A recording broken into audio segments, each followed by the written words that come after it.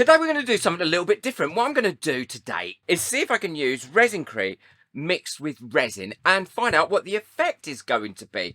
I know a lot of people have been saying they love ResinCrete, and I love ResinCrete too, but when they're cast in very fine molds, it sometimes snaps. Well, that is the case with a lot of these types of powdery things, although ResinCrete is, as I've shown in a previous video, a lot harder than most. But let's see if we can use resin with it, if we can still paint it, what it looks like, and if it still remains lovely and white. Now I'm going to be using the J-Diction 4-hour demold, really because I want to get this actually done really quick. So I'm going to mix that up first and then add my ResinCrete powder to it. I'm going to try it in this mold, which is a really flimsy mold, and things do break easily in that.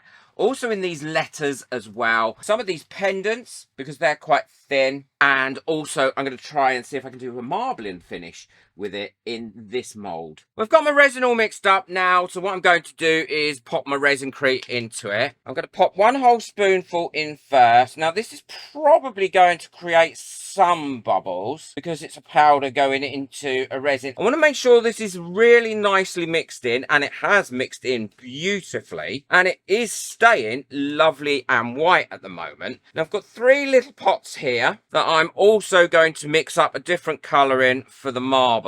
There we go. And now I'm going to fill some of these moulds with this. I think probably the best way to do this is using a pipette, because if not, I know how messy I am.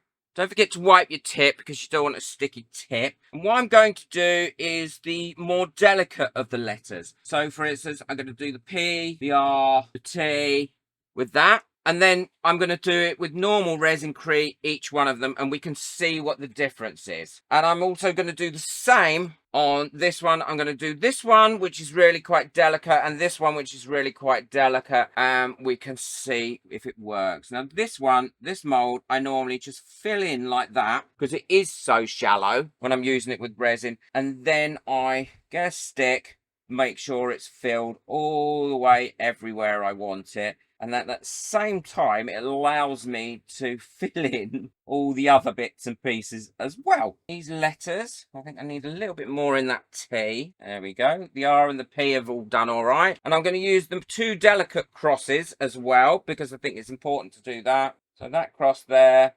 And then that one will be for the normal ResinCrete. Let's move these out the way and let them cure up. And then these ones, I'm just going to add a bit of mica powder to each of these and then do some marbling in that one. And how I'm going to do the marbling is, now I've got those colours mixed up, all I'm going to do is put some of this around in here on the outside in like a zigzaggy pattern. And because I've put that ResinCrete in there, it has thickened up lovely, so it's not going to move anywhere. Now I'm doing this quite quickly, but you take your time if you want to. That's that one. Then the last one, this like pinky red. It's going to dot some bits in here of that. Okay, I'm quite happy with that. And now what I'm going to do is fill that up completely with this mixture, which is the resin and the ResinCrete. It has stayed lovely and white. And let that cure. And then the last one with the resin and the ResinCrete I'm going to do is this snail, to see if we can paint it and how it will paint afterwards as well. Make sure we've got those little tips in there, so let's do a bit of squidgy widgy. What I'm going to do now is mix up a little bit of ResinCrete as normal and fill up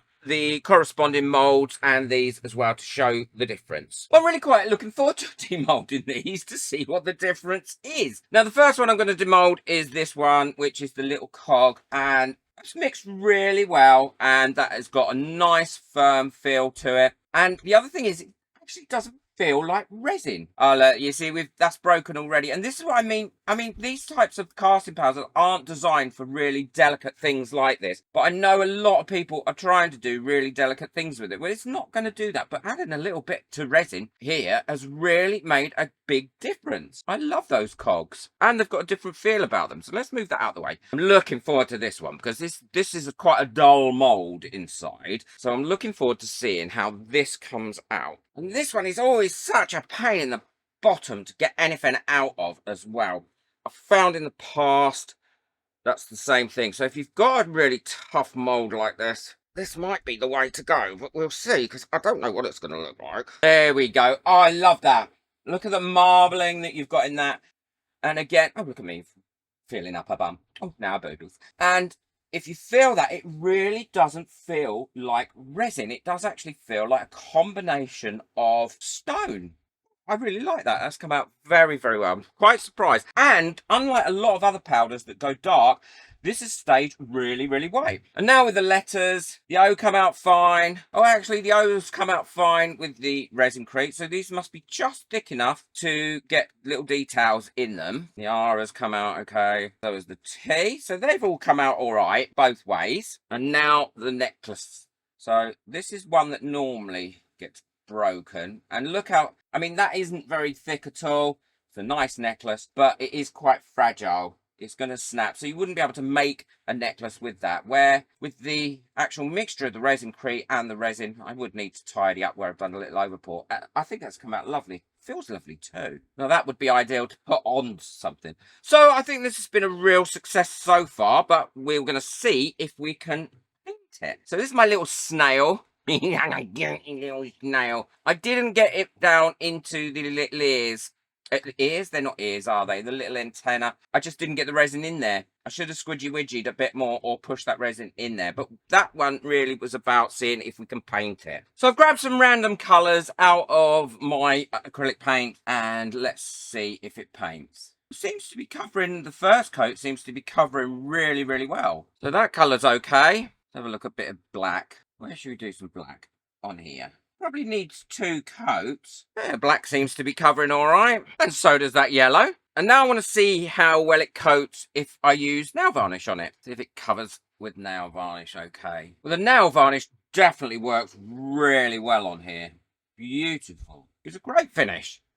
I'm going to let these dry and then we can look at them. I'm not going to give them a second coat or anything. I'm going to just let them dry. Well, I couldn't resist. I did give the blue a second coat because I wanted to see how well it covered. And actually, it has covered superbly well, apart from where I stuck my finger on it when it was still wet. My painting is not very neat. And it's also covered really well with the other paints and the nail varnish. So I'm really pleased with that. So overall, I'm really pleased. I wasn't sure if it was going to work out. I'm loving the way the marbling works out. It will just give you that extra strength if you're doing delicate things or you've got molds where it's really difficult to get things out of. It just feels so lovely. It is so tactile. I can't wait for you to try it and actually feel it for yourself. Definitely a success. And I'm really pleased I did that experiment. Much better than cement and plaster of Paris, which I've done before, without a shadow of a doubt. If I've got a discount code for ResinCrete, I'll link it in the description below, along with any discount codes I've got for resin. Boot that like button, hit that subscribe button, check out the video that's coming up next as well. I think you'll love that one. It's on comparing the difference between ResinCrete and plaster of Paris, and you'll be shocked at how different they are. Take care, enjoy your resin. Bye.